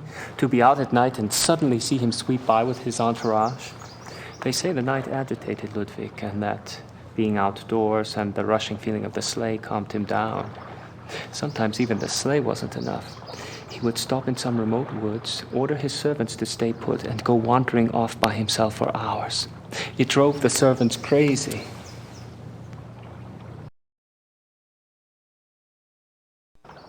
Tell me about Bismarck. Oh, Bismarck. He was the Prussian Kaiser's chancellor. Not a nice man. Bismarck had a reputation for learning people's weaknesses and manipulating them. It's a matter of record that he had spies on Ludwig's staff. He may even have had a henchman even closer to the king. And he was involved in the conspiracy to declare Ludwig insane.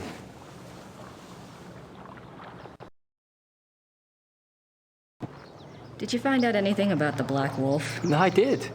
I'd read about him before, but I hadn't realized that was who you were talking about. His name was Godin, Paul Godin. I found a reference to his being called the Black Wolf after you telephoned.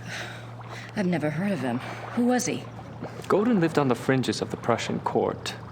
He was handsome, charming, dangerous, or so they say. He was variously rumored to have been a foreign prince, a Prussian spy, even an assassin. Since you were interested in him, I found out some things that are probably true. It said he came from abroad in the mid-1800s, but claimed High German blood. Do you know where he came from? No. And he was ruthlessly ambitious. He probably found out who held the power, Bismarck, and offered his services. Bismarck was a good judge of talent, of that sort anyway. What else do you know about Godin? He must have done something remarkable. Bismarck was not a generous man. He liked to string people along with promises, but rarely came through. He did for Godin, though. He gave him a royal title and lands in 1863. And that was the last reference I found to him. Well, how could he just disappear? It's not that unusual. Back then, when you were given a title, you usually changed your name and moved to a place where no one knew your past, so you could act with impunity. Or be a pompous ass and get away with it.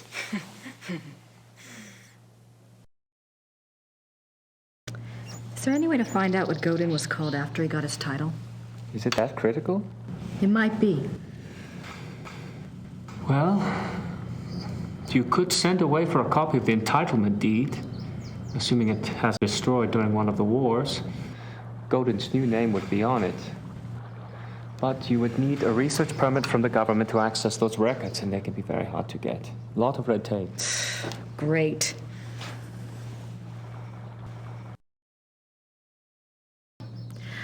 What do you know about Ludwig's hunting accident? A couple of years ago, I was introduced to this great old man, a real old-world farmer. Well, his grandfather was Richard Horning, Ludwig's equestrian. Oh, he told some great Ludwig stories. Sometimes I get lucky.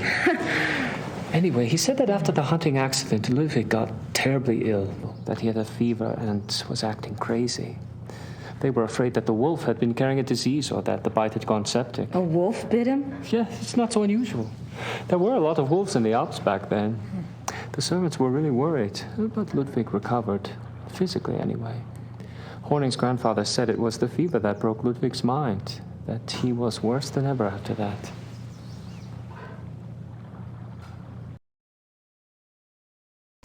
What do you mean Ludwig got worse after the accident?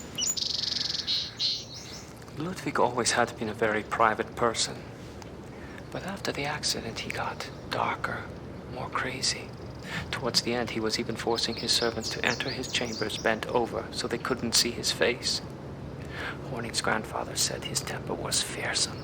He would fly into a rage at the least mistake. Must have been terrified of him. Yes, well. Horning's grandfather felt sorry for Ludwig, and Ludwig hated his own violence. He was always giving gifts to his servants to apologize.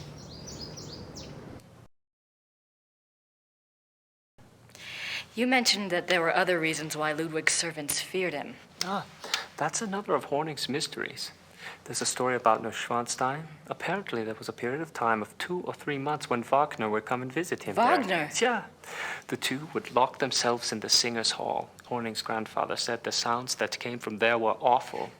Well, the servants had superstitious minds anyway. Some of them quit over it, just walked away. What kind of sounds? Horning's grandfather called them heartbreaking and ungodly. Maybe it was Wagner trying to sing. Well, I guess that's all for now. Thanks for your help. It's my pleasure. And if you ever want to talk again, just give me a call. I'll meet you down there. I will. Thanks. Servus. Well, bye.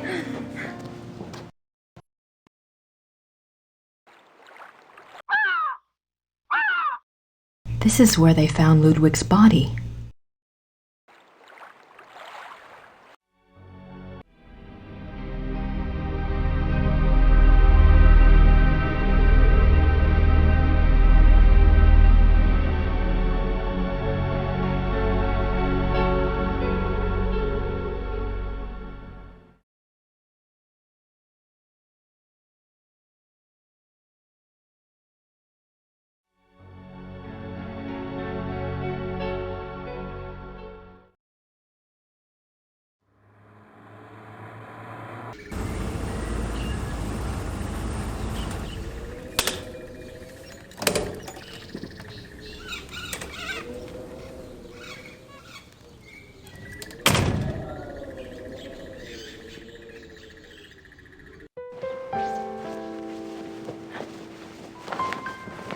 Hi, Gerda. I'm back.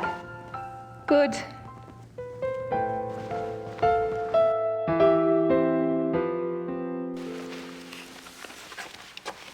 Gerda? Yes? Gerda, do you have any idea where I could get a government research permit? I don't have time for a lot of red tape. You should ask Herr Übergrau. He can maybe get such things very fast. You think? I was going to write Gabriel today anyway. I don't have anything to ask Gerda right now.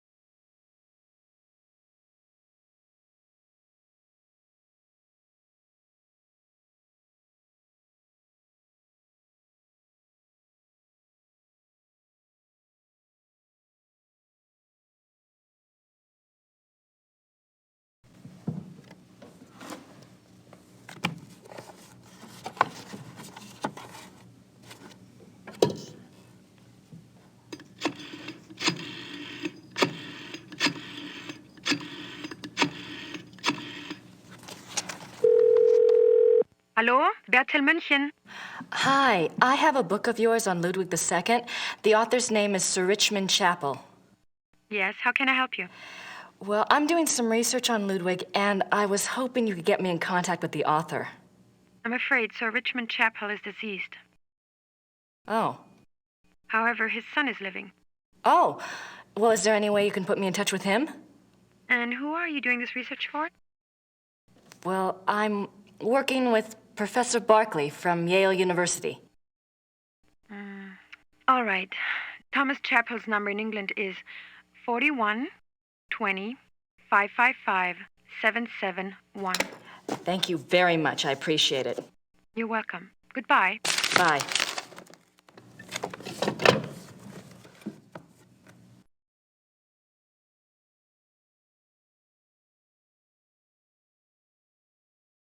Sir Richmond Chapel's son.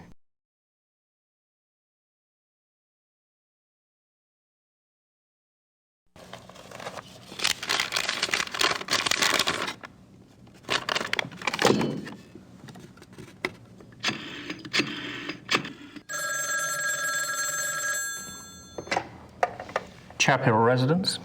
Hi, my name is Grace Nakamura. I'm calling from Rittersburg, Germany. Is Thomas Chapel there, please? Speaking. What may I do for you, Miss Nakamura? This is going to sound crazy, but I have a copy of your father's biography on Ludwig II. I understand he had access to Ludwig's diary. Yes. Well, oh God, I'm not even sure. He didn't make a copy of it or anything, did he? Or perhaps he took good notes? He wrote down a complete translation in English. He said he couldn't make headway with the German version. Ludwig's handwriting was rather brogue, you know. He wrote down an English translation. Do you still have it? Well, unfortunately, my father was allowed to see the diary only on the grounds that he wouldn't publish the entire work. I can't let you see it. Have you tried contacting the National Archive? No, I don't have the kinds of connections your father did, or the time. That's unfortunate, but I really cannot let it out of my hands. I understand. It was just a shot in the dark. Very well. The best of luck to you. Thank you, Mr. Chapel.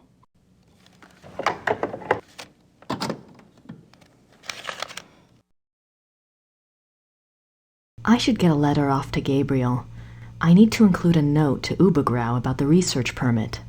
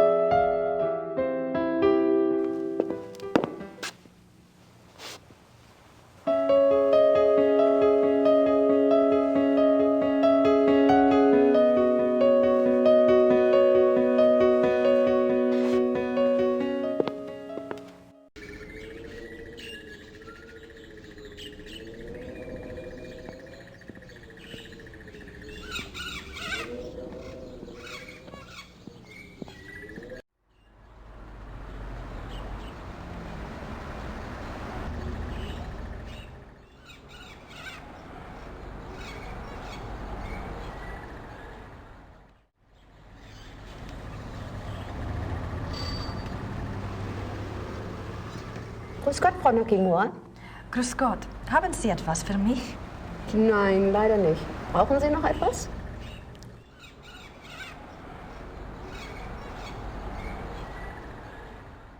My letter to the great detective.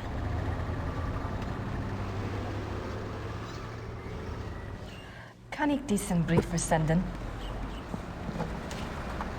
Ja, 3 Mark bitte.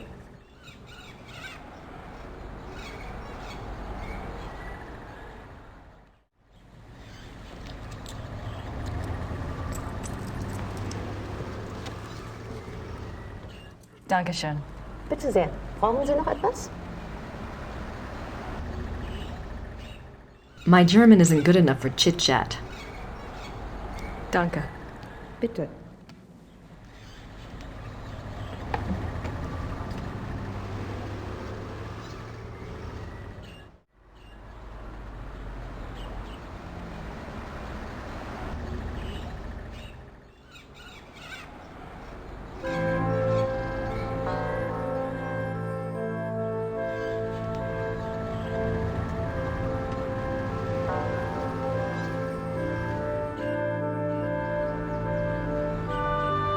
Gibt's das denn, die Lilienblühen schon? Sehr schön. Ja, aber es ist doch noch so kalt.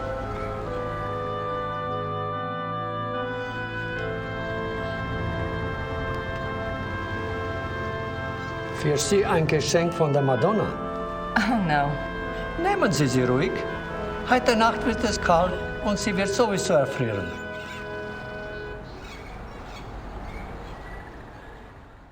Thank you.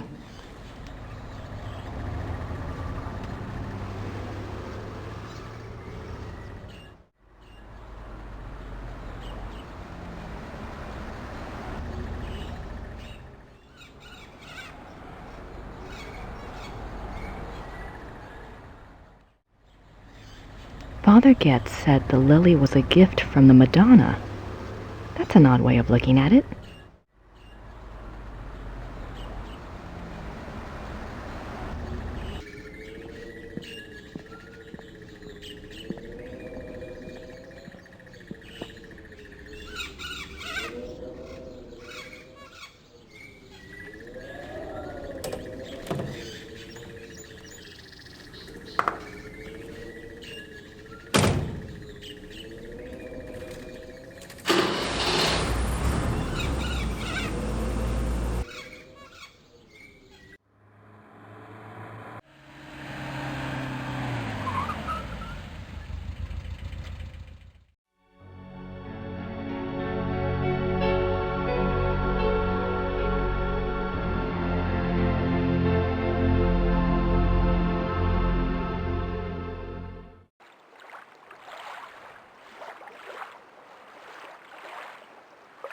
I wonder what it felt like under there.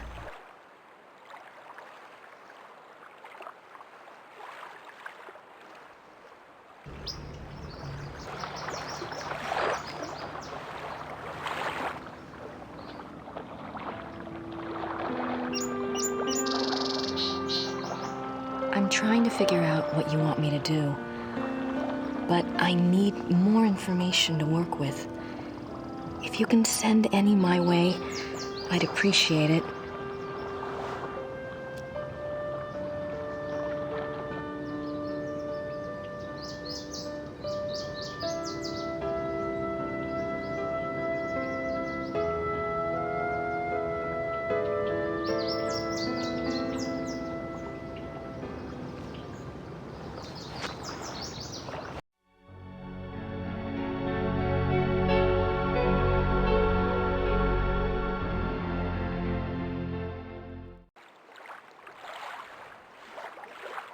I hope I'm not losing my mind.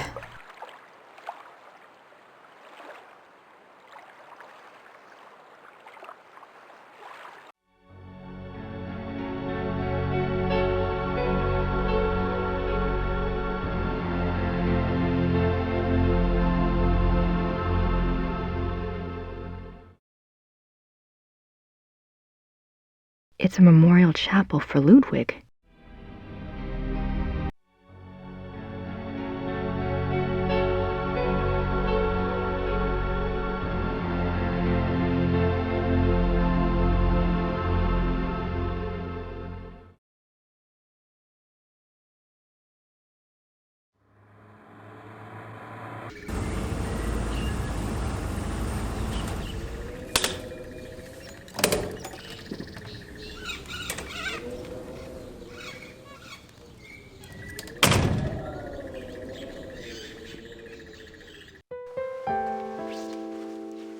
Hi, you just had a phone call.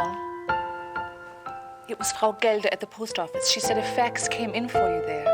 Really? wonder what it was. Maybe it's from Gabriel. Don't hold your breath. I don't have anything to ask Gerda right now.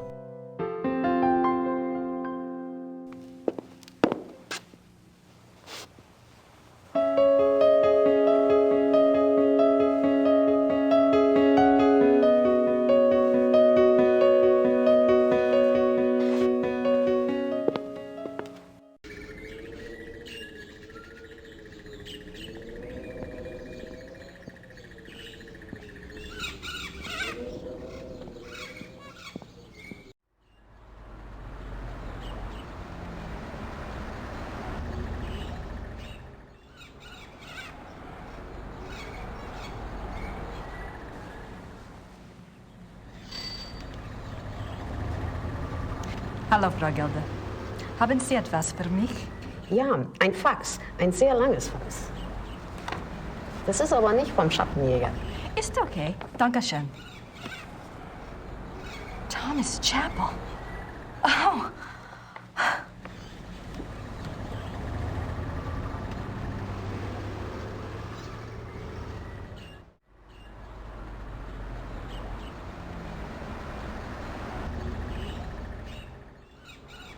11th June 1872. Louis has convinced me to think matters through more thoroughly before I act. A trip it shall be then, to Shahin. It shall not alter my purpose, I feel, nor shall his compelling. The treaty is the ruin of my beloved Bavaria, and must be taken to task. 3rd July 1872. The pain gets so bad I cannot hold a pen to write, but the horror is far worse than the pain. He says it was an accident, says that we can truly be one now, that it is a great adventure. I believe him 1 minute, and the next I can feel the flames of hell upon my heels. May God have mercy on my soul.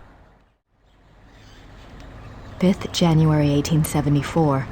By the power of Mary, Mother of God, I swear to refrain from the ultimate sin and to remain steadfast in my flesh.